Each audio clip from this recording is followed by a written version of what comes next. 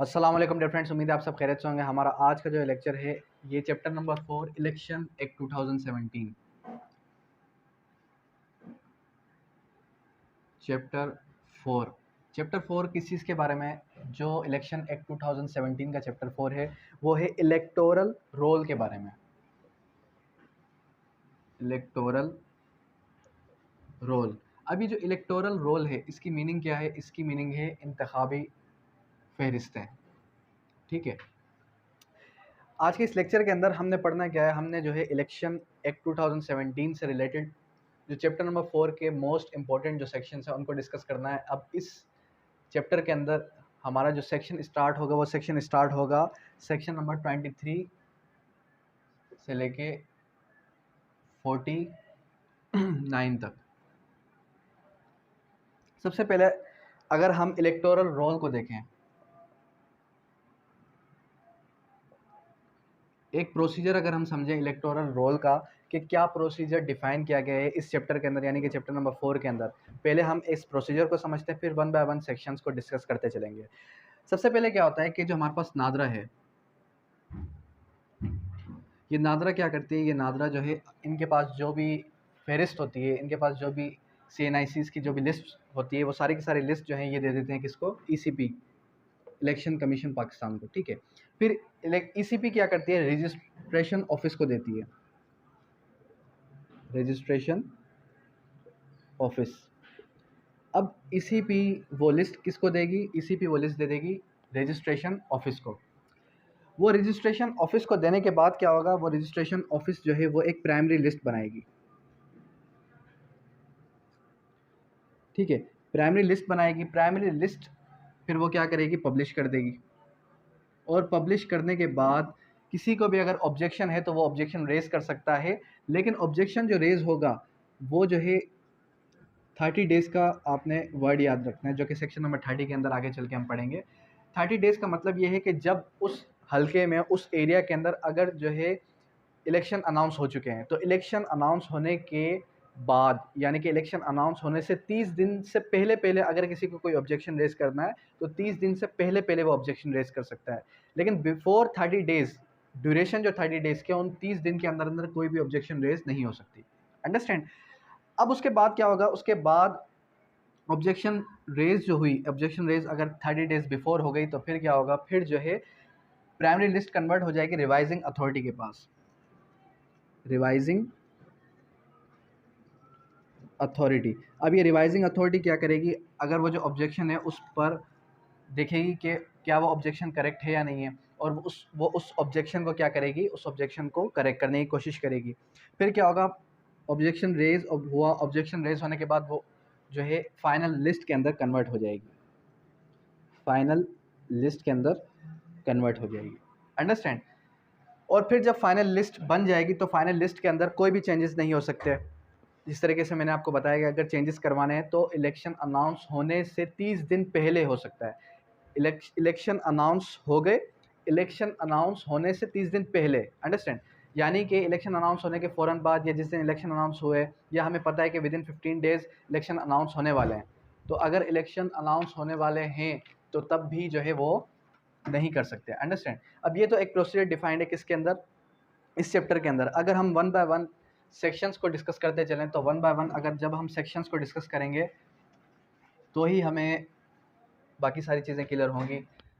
तो वोटर कौन होता है? वोटर कोई भी ऐसा शख्स जो कि सिटीज़न ऑफ पाकिस्तान हो, सेकेंडली 18 ईयर्स ओल्ड, यानी कि मेजर होना चाहिए, और उसके बाद नॉट डिक्लेयर्ड अनसाउंड माइंड। ठीक है, अनसाउंड माइंड डिक्लेयर ना हुआ हो तो वो शख्स क्या कर सकता है? वो शख्स जो है वोट कास्ट कर सकता है। इसके बाद अगर हम वोटिंग एरिया की बात करें तो जो वोटिंग एरिया है, वोटिंग एरिया कौन सा हो सकता है? जब आप अपना CNIC देखेंगे तो CNIC के पीछे बैक साइड पे क्या होगा? CNIC के बैक साइड पे आपका एक तो टेम्परेरी एड्रेस होगा और एक आपका परमानेंट एड्रेस होगा। अब वोटिंग एरिया आप या तो परमानेंट एड्रेस कर दें या फिर क्या करें, या फिर टेम्परेरी। ठीक है, इन दो में से आप कोई भी वन टाइम आप जो है उसको उस पे देख सकते हैं कि जो है या हमें आइदर टेम्परेरी एड्रेस पे देना या हमें आइदर परमानेंट एड्रेस पे देना। इससे हटके भी अगर कोई भी जो है सिविलियन है, कोई भी अगर ऐसा है जिसकी फेडरल जॉब वगैरह है या फिर प्रोविंशियल लेवल पे कोई भी ऐसी जॉब है, तो फिर वो क्या कर सकता है, जहाँ भी वो जॉब करता है वो शख्स वहाँ पर अपनी जो वोटिंग लिस्ट है वो नाम जो है ट्रांसफ़र करवा सकता है।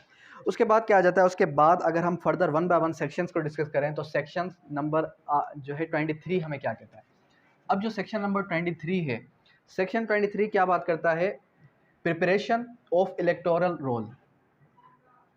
23 ने क्या बात की, प्रिपरेशन ऑफ इलेक्टोरल रोल।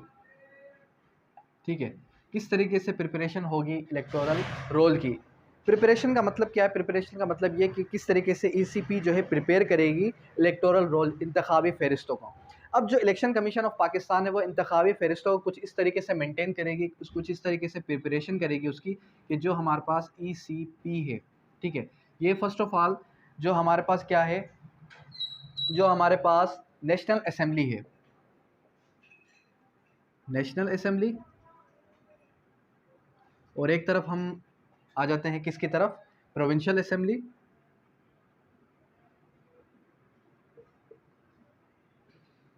और एक तरफ आपका local election.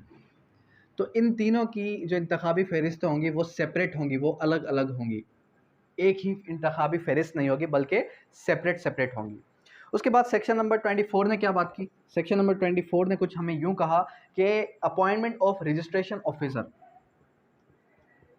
Appointment of registration officer. ठीक है, अपॉइंटमेंट ऑफ रजिस्ट्रेशन ऑफिसर, किस तरीके से रजिस्ट्रेशन ऑफिसर अपॉइंट होगा, जाहिर सी बात है वो ईसीपी डिसाइड करेगी। और उसके बाद सेक्शन नंबर 25 जो है, सेक्शन 25 ने क्या बात की, सेक्शन 25 ने सिंपली हमें ये कहा कि जो नादरा है, नादरा क्या करेगी, जो हमारे पास नादरा है ये जो है ट्रांसमिट डेटा, ये अपने डेटा को ट्रांसमिट करेगी। किसको ट्रांसमिट करेगी, जैसे मैंने आपको बताया कि ईसीपी को, अपने डेटा को ट्रांसमिट कर देगी। उसके बाद सेक्शन नंबर 26 फर्दर अगर हम चलें, सेक्शन नंबर 26 ने क्या बात की, 26 कहता है preparation of preliminary electoral rolls, preparation of preliminary electoral rolls. इसका मतलब सिंपल ये है कि जो ईसीपी है वो सबसे पहले क्या करेगी, प्रिलिमिनरी यानी कि शुरुआती इंतखाबी फ़हरिस्तें बनाएगी। अगर किसी भी शख्स को कोई भी ऑब्जेक्शन है तो वो शख्स ऑब्जेक्शन रेज़ कर सकता है। उसके बाद सेक्शन नंबर 27 ने बात की प्लेस ऑफ वोट, कि क्या प्लेस होगा, प्लेस ऑफ वोट जाहिर सी बात है कि आप कौन सी जगह पे वोट कास्ट कर सकते हैं, प्लेस ऑफ वोट, सेक्शन 27।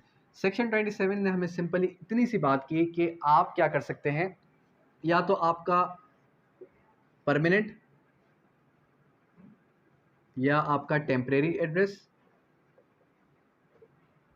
या फिर जहां आप क्या करते हैं, जहां आप जॉब करते हैं, और दोनों जगहें इन दोनों एड्रेसेस से हटके हैं।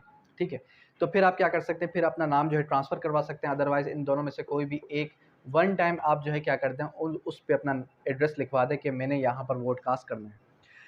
उसके बाद आ जाता है सेक्शन नंबर 28। अब जो सेक्शन नंबर 28 है, 28 ने हमें क्या कहा, preliminary publication, preliminary publication. Preliminary publication के अंदर क्या होगा कि जो इलेक्टोरल लिस्ट बनाई गई, प्रिलिमिनरी इलेक्टोरल रोल्स बनाए गए, इसकी जो है पब्लिकेशन हो जाएगी, शाया हो जाएगा वो एक किस्म का, यानी कि आवाम को पता चल जाए कि हमारी जो लिस्ट है, इस लिस्ट के अंदर हम वोट कहाँ कहाँ कास्ट कर सकते हैं। अगर किसी भी शख्स को ऑब्जेक्शन है तो फिर क्या होगा, फिर हम फर्दर आगे चल के पढ़ेंगे। अब उसके बाद 29 अपॉइंटमेंट ऑफ रिविजन अथॉरिटी। 29 ने क्या कहा, अपॉइंटमेंट ऑफ रिवीजन अथॉरिटी। अब सेक्शन नंबर 29 ने सिंपली इतनी बात की कि जो अपॉइंटमेंट ऑफ रिवीजन अथॉरिटी है, ये क्या क्या काम कर सकती है। इसने हमें सिंपली इतना कहा कि ऑब्जेक्शंस हैं जिसको वो देखेगी ये, या क्लेम्स हैं, या फिर क्या है, या फिर हमारे पास जो है करेक्शन, अगर किसी को कोई करेक्शन करवानी है तो वो सब जो है इसका काम है, किसका, रिवीजन अथॉरिटी का। उसके बाद सेक्शन नंबर 30। अब यहाँ पर याद आप कुछ इस तरीके से रखिए कि सेक्शन नंबर 30 है और ये बात भी किसकी करता है, 30 दिनों की। तो सेक्शन 30 ने क्या कहा कि अगर किसी भी शख्स को कोई भी ऑब्जेक्शन है तो ऑब्जेक्शन कब कर सकता है, वो बिफोर 30 डेज ऑब्जेक्शन करेगा, बिफोर 30 डेज। उसके बाद सेक्शन नंबर 31। सेक्शन 31 ने क्या बात की, transfer of name from one place to another place, transfer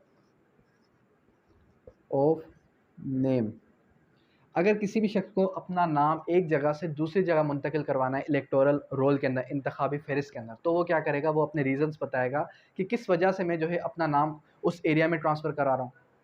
इसका रीज़न जाहिर सी बात है यही हो सकता है कि वो या तो वहाँ पर जॉब करता हो, या फिर वहाँ पर क्या हो कि उसकी कोई टेम्परेरी एड्रेस हो, ठीक है, या तो उसका टेम्परेरी एड्रेस हो या फिर वो जॉबियन हो, यानी कि उसकी जॉब वहाँ पर उस एरिया में लगती हो। उसके बाद सेक्शन नंबर 32 ने क्या बात की, सेक्शन 32 बात करता है application by registration office including name. Application by registration office for including name, अगर किसी भी शख्स को अपना नाम इंक्लूड करवाना है, इंक्लूडिंग नेम। 32 ने हमें सिंपली इतना बताया, अगर किसी भी शख्स को अपना नाम इंक्लूड करवाना है वोटिंग लिस्ट में, तो वो जो है सेक्शन नंबर 32 के तहत करवाएगा, इंक्वायरी इनटू ऑब्जेक्शन। 33 ने सिंपल इतनी बात की, जो भी ऑब्जेक्शन है तो उस पर क्या होगी, उस पर सबसे पहले तो इंक्वायरी होगी, उस पर क्या होगा, उस पर इंक्वायरी होगी। उसके बाद सेक्शन नंबर 34 ने क्या बात की, correction of electoral rolls with advice of revision authority, correction of electoral rolls. अब जो इंतखाबी फहरिस्त हैं उनकी करेक्शन होगी, लेकिन वो किसके एडवाइस से होंगी, वो होंगी रिवाइजिंग अथॉरिटी की एडवाइस से, यानी कि रिवाइजिंग अथॉरिटी उनको एडवाइस करेगी, उनको बताएगी किस तरीके से आपने इलेक्टोरल रोल के अंदर चेंजिंग करनी है, किस तरीके से उसकी करेक्शन करनी है। फिर उसके बाद आते हैं सेक्शन 35 की तरफ। तो सेक्शन 35 बताता है फाइनल पब्लिकेशन,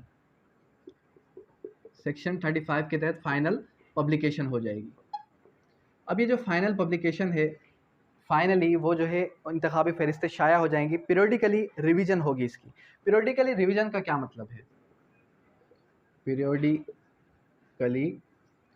रिवीजन, इसका मतलब ये है कि अगर उस एरिया के अंदर, उस लोकेलिटी के अंदर अगर कोई भी ऐसा शख्स है जो कि मर चुका है, हर जाहिर सी बात है आपको पता है हर एरिया के अंदर विद इन टाइम पीरियड जो है लोग मरते रहते हैं, तो उनका नाम जो है लिस्ट में से हटाया जाएगा। अब लिस्ट में से कैसे हटाया जाएगा, क्या एक एक बंदा जाकर ये बताया कि मेरे वालिद, मेरे चचा या मेरे जो है ये रिलेटिव की डेथ हो गई तो आप जो है इसका नाम हटा दें, नहीं, इस तरीके से नहीं होगा।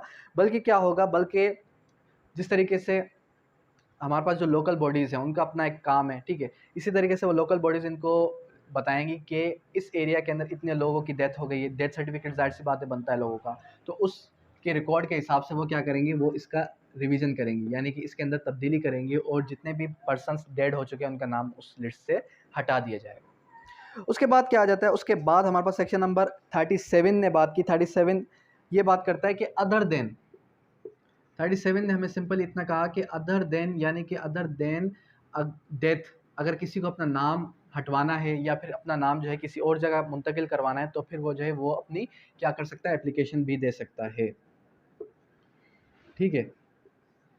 उसके बाद सेक्शन नंबर 38 फ्रेश लिस्ट।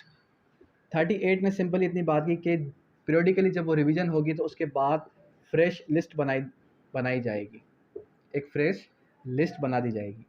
और 39 नो रिवीजन। अब 39 बात कर रहा है नो रिवीजन की। 39 तो हमें नो रिवीजन का कुछ इस तरीके से कह रहा है कि अगर करेक्शन हो जाए, ट्रांसफ़र हो जाए और जो है क्या हो जाए, इलेक्शन कॉल अपॉन हो जाए। वर्ड क्या याद रखना है आपने, इलेक्शन कॉल अपॉन, यानी कि पता चल जाए कि इतने टाइम पीरियड के बाद, इतने पर्टिकुलर टाइम के बाद इलेक्शन होने वाला है, तो फिर कोई भी रिवीजन नहीं होगी। उसके बाद 40 power of commission to modify electoral roll. यानी कि कमीशन के पास, ईसीपी के पास पावर है कि वो क्या कर सकती है, वो जो है मॉडिफाई कर सकती है। या ये सिर्फ और सिर्फ किसके पावर से, ईसीपी के पावर से, कि वो इलेक्टोरल रोल को मॉडिफाई कर सकती है।